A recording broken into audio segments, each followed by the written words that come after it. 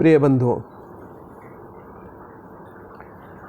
आज मैं एक बहुत ही महत्वपूर्ण केस की चर्चा मैं करूंगा। जिस सिचुएशन को मैंने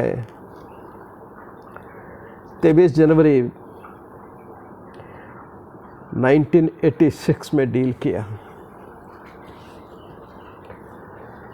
इस दुर्घटना की चर्चा हिंदुस्तान ही नहीं बाहर की कंट्रीज़ में भी हुई और उसके उपरांत काफ़ी परिवर्तन हमारे होटल इंडस्ट्रीज़ में आए। जिस सेफ्टी मेजर्स की कमी थी वो सब इंट्रोड्यूस हुए। इस प्रकार हुआ कि एक सिद्धार्थ होटल नाम के होटल में जब रात को लोग उसमें आराम से सो रहे थे तो किचन में एक गैस सिलेंडर में आग लगने के कारण सारे होटल में आग लग गई। और जैसा आप जानते हैं, आग लगने पर carbon dioxide, carbon monoxide and sulphide oxide और बहुत सारी दूसरी गैसेस फ्लेम ज्वाला के अलावा भी अपना काम शुरू कर देते हैं। इस सब के कारण, इस फायर के कारण और इन गैसेस के कारण जो बहुत टॉक्सिक होती हैं, खास करके कार्बन ऑक्साइड, सल्फर डाइऑक्साइड भी वैसे ही टॉक्सिक होते हैं कि सिंथेटिक जो ऑब्जेक्ट्स, पर्दे वगैरह रहते हैं, उनसे सल्फर डाइऑक्साइड और हाइड्रोसनिक एसिड और कई चीज़ें इसमें रिलीज होती हैं जो बहुत ज़्यादा टॉक्सिक होती हैं और वो फ्यूम्स बहुत ही ज़्यादा नुकसानदायक होती हैं। रादर ते बहुत ही रैपिड डेथ लोगों की कर देती है एस्फिक्सिया से या पॉइजनिंग से, एक ही बात है। तो ऐसा ही वहाँ हुआ। रात को आग लगी, गैस सिलेंडर से होटल में फैली और नतीजन 38 आदमी, 38 लोग जो उसमें रह रहे थे, उन सब की डेथ हो गई और 46 लोग इंजर्ड हो गए। ये सारे लोग जो उस फायर से पीड़ित थे, आग से पीड़ित थे, सफदरजंग हॉस्पिटल में और एम्स में लाए गए, क्योंकि यही दो बड़े हॉस्पिटल उस वक्त थे। और बर्न्स को ट्रीट करने के लिए उस वक्त सिर्फ सफदरजंग हॉस्पिटल ही था जहां पर एक बर्न यूनिट होती थी। सारे मृतक फाइनली हमारे पास लाए गए। हमें जैसे ही सूचना मिली कि पहला पेशेंट आया है, हम हॉस्पिटल में आ गए थे और उसके उपरांत लाइन से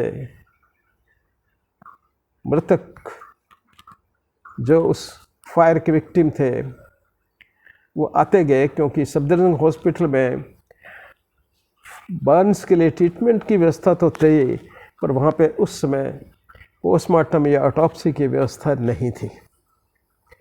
वो ऑटोप्सी वर्क जो उनका होता था, पोस्टमार्टम वर्क जो भी सारे सफदरजंग हॉस्पिटल का होता था, वो हम लोग ही उस वक्त किया करते थे।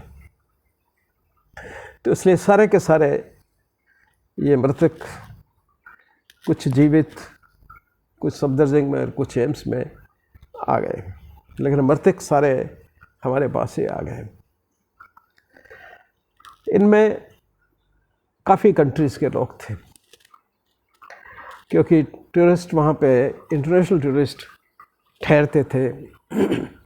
उसमें एक 25 वर्षीय अमेरिकन भी थे, एक और अमेरिकन थे जो घायल हो गए थे, और उसके अलावा ब्रिटेन के, जापान के, ऑस्ट्रेलिया के, इराक के, सोवियत यूनियन के और अन्य कई कंट्रीज़ के वहाँ पे नागरिक थे, और कुछ डिप्लोमेट्स भी वहाँ पे थे, जैसे वेस्ट जर्मनी और अर्जेंटीना के डिप्लोमेट्स भी वहीं स्टे कर रहे थे और उनकी भी मृत्यु हो गई थी।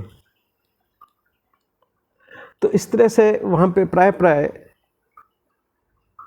काफ़ी वेस्टर्न वर्ल्ड के भी, जापान के भी सब लोग उसमें सम्मिलित थे और ये सब मिला करके 38 डेड और 48 इंजर्ड लोग थे।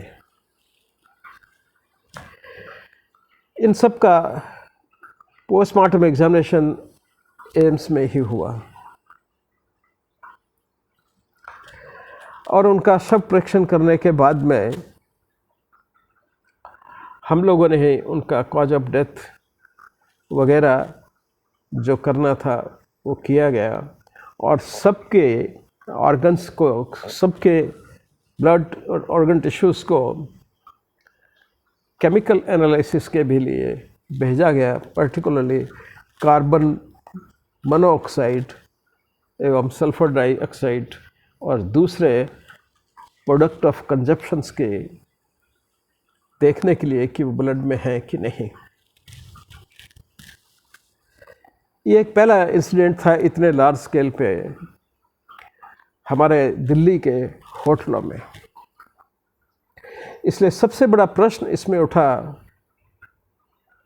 कि क्या और किस तरह के प्रिवेंटिव मेजर्स ऐसे मिसहैप होने के लिए गवर्नमेंट की तरफ से रिकमेंड किए गए हैं और कितने उसमें से इस होटल में फॉलो किए जा रहे थे। इस बात की विवेचना हुई, इस बात की इंक्वायरी हुई। जस्टिस खन्ना साहब ने भी इंक्वायरी की, वो इसलिए कि वो मेरे पास पर्सनली आए थे। मैं अब ये तो नहीं बता सकता कि किस कैपेसिटी में, क्योंकि मैं वो रिपोर्ट उनकी ढूंढ रहा था नेट पे, कहीं मुझे वो रिपोर्ट प्राप्त नहीं हो सकी। लेकिन उन्होंने मेरे से खूब देर तक बात की और सभी मृतकों को उन्होंने देखा था और वो बहुत कंसर्न थे कि इस तरह की घटनाएं दोबारा नहीं होनी चाहिए और उसके लिए उन्होंने काफ़ी कुछ डिस्कस किया, कुछ मेरे से भी डिस्कस किया, मेरे भी आइडिया और विचार जानने चाहे कि किस तरह की परिस्थितियाँ ये थी, कितने लोग किस तरह से मरे, कितनों को इंजरीज हैं, कितनों को क्या है, वो सब एनालिसिस वगैरह उन्होंने हमसे पूछा था। उसके बाद मेरा ऐसा ख्याल है कि निश्चित रूप से कुछ गाइडलाइंस बनी होंगे, हालांकि परिस्थितियां नहीं बदलें कुछ समय तक, लेकिन कुछ समय बाद बहुत से अरेंजमेंट्स जो हाई राइज बिल्डिंग्स में नज़र आने लगे। जैसे कोई भी हाई राइज बिल्डिंग बनती थी उसमें वाटर फिटिंग, वाटर लाइन की फिटिंग, जो गर्म होने पे उसमें एक ओपनिंग के जगह पे एक बल्ब लगा रहता है, जो अगर टेम्परेचर एक पर्टिकुलर निशान से ऊपर जाता है तो वो फट जाता है और अंडर प्रेशर उसमें से वाटर रिलीज होता है। तो वो सारी व्यवस्थाएं आज किसी भी हाई राइज बिल्डिंग में मस्ट हैं, उसके बिना नहीं हो सकते। किसी भी मल्टी स्टोरेड बिल्डिंग में आजकल एक इमरजेंसी पैसेज जो पहले नहीं हुआ करती थी, इसके बाद में आने लगी कि नहीं, इमरजेंसी पैसेज भी होने चाहिए।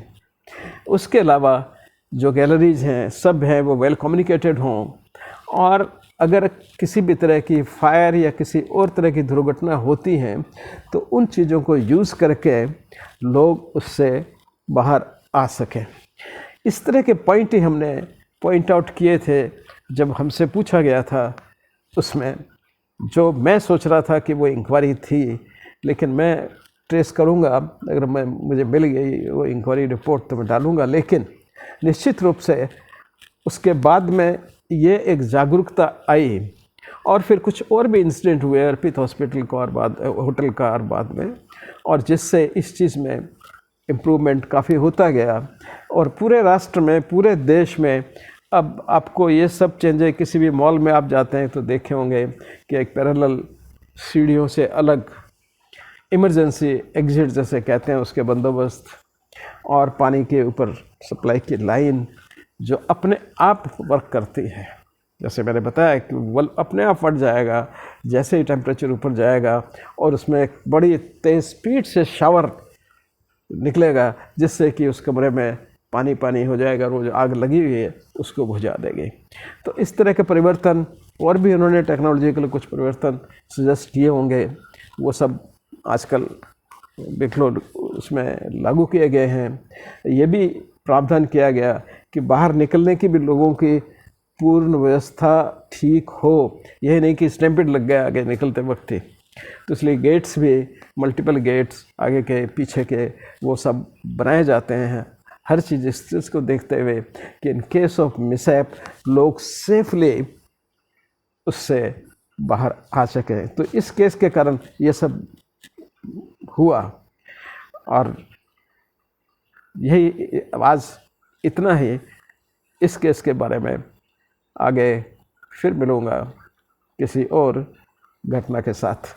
धन्यवाद।